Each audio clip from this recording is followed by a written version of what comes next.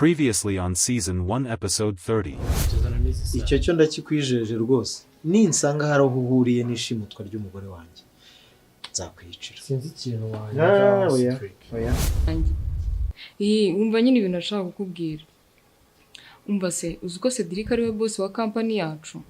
Ngiye kukubaza ibintu bitari byinshi ariko uzi kunsobanurira. Shira umuntu mbeshya. Niwe washimuse Arisa. Kandi umbwiza ukuri.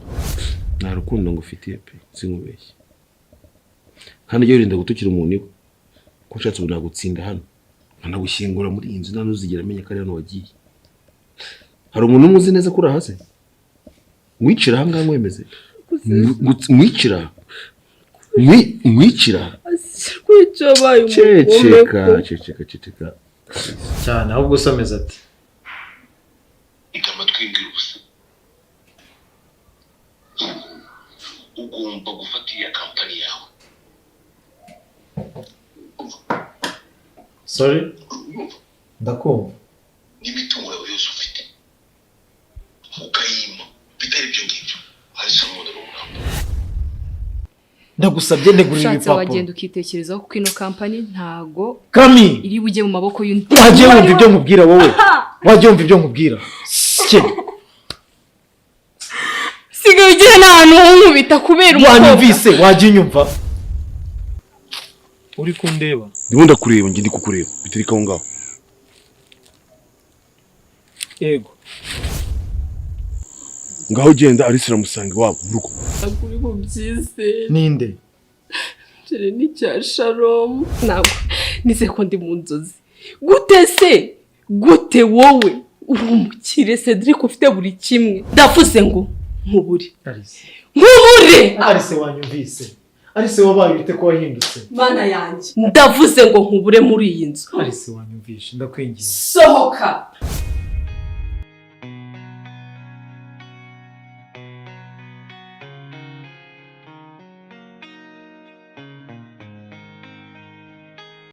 Wowe nkupfire nemere guca muri buri kimwe nzi ko ndi gupfira umukunzi wanjye udafite pfo na rumwe. nanjye aho ntabwo nageze ugaramanya ibintu bingana gutyo uri kuncisha mu ntegereje umwanya wa nyawo kugira ngo mbikubwire. Arise mbabarira vanga Arise mbabarira Arise mbabarira ndakwinginze sohoka sinzongera no kukubona na rimwe kubeshya ni icyaha ntababarira sohokera aho ngaho.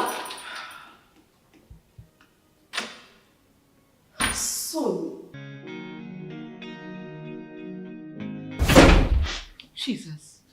Dani. Wow. Mezite. Dani. Yes. Naribu. Ko dusigaye tureshya none byagenze ute? Dani. Kwabaye mugufiya. Yesu. Simba mu cyaro se. Yesu. Bimeze bite? Biracamo. Kwabaye igikara. Kukibazo ubusa. Naramaze yo mu cyaro. cyaro. Ubu abantu mvuye kweri? Ntabwo najyayo. Gusa umusiga hano hose yabaye igikara. Ugeze Kigali uriyemeye. Yesu we. Wari umeze gute se? Banza ubwire mama ameze ati. Sha mama ameze bon. Yakize muri no minsi nyine wabonaga. Yagaruye akabaraga mbese ameze neza. Ibintu biragenda neza. Iyo wongera kubeshya ngo naguze. Bita ni mu cyanga gusanga mu cyaro. Siko nzi ko uyu munsi ndi bubabeshye. Nukuri ta. Buri ejo narabeshye ndabati uyu munsi none nibeshye ngakora ikosa. Ubito wangumisha. Ntabwo waruzi ukumbiza ari ngufiti. Yego se. Ko narwo mbonye. Dani ngiye wari wabona moberana ubundi. Wakabaye uzugaye usimbuka bya bindi byawe kiro umwana kunara umeze. Gako. Bazungire cya gikapu kirimo icyo nzaniye. Kirimo amata. Hari ikindi kivi wacu. Amakuru ubu ruzi ngo ndazana amashokora. Turayagura.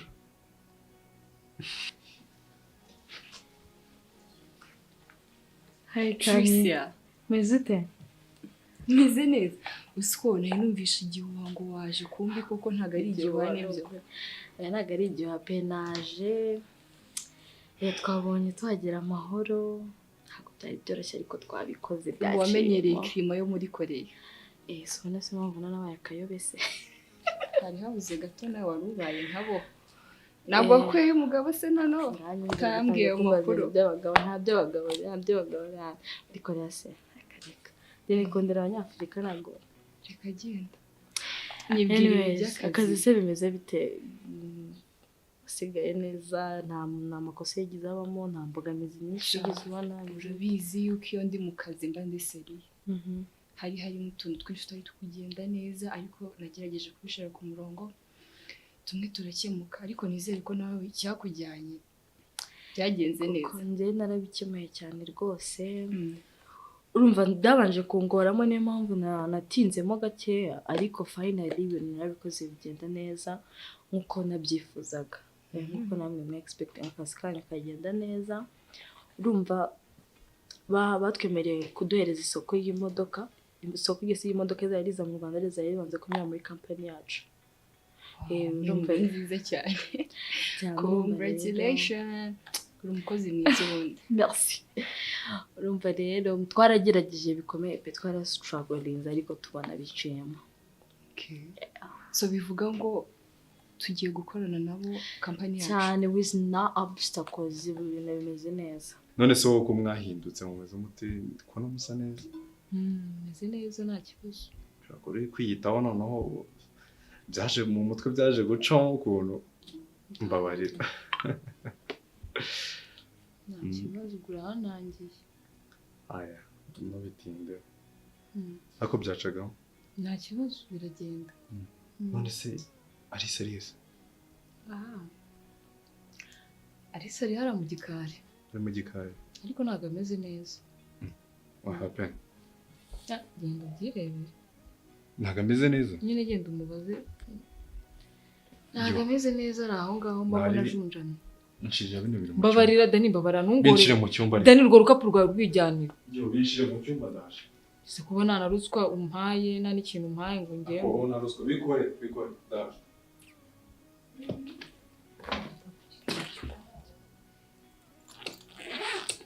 ari biti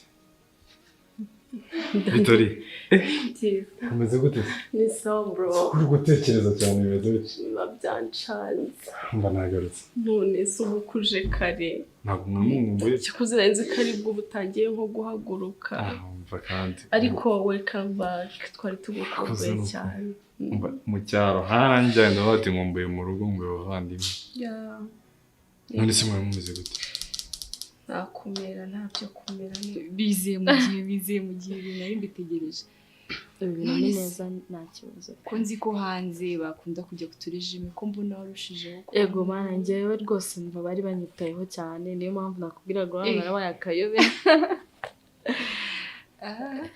ngenda aho ngaho ndacyari ku karijime nk'ibisanzwe ndakubona none se ntabwo naniwe ya urumva akantu k'umunaniro nawe ukabura murumva buri munsi buri segonda umuntu aba ari gukora ikintu shani hari ahantu bari kure cyane flight ndayizi final ariko niyo mpamvu nari natekereje uwaza kuza kuguha nk'akaruhuko k'ibyumweru nka 2 anyways nabyo nta kintu byawe twakora ukuntu nkunda gukora mba numva nabwo niyo navayo nabwo nakomeza ngakora ariko niba mwega ariko nabyo ni byinshi kuko ndagukumbuye mu kazi nkunda ukuntu ukora neza cyane ariko ntacyo ubufashe ibyo byumweru 2 uruhuke neza refreshing mind kugira ngo uzagaruke mu kazi noneho uri wa wundi utandukanye n'uwa mbere oya nta kibazo kandi ntandukanye ariko nta kibazo naribi nta kibazo kuruhuka se nuko n'igihe gitoya nta kibazo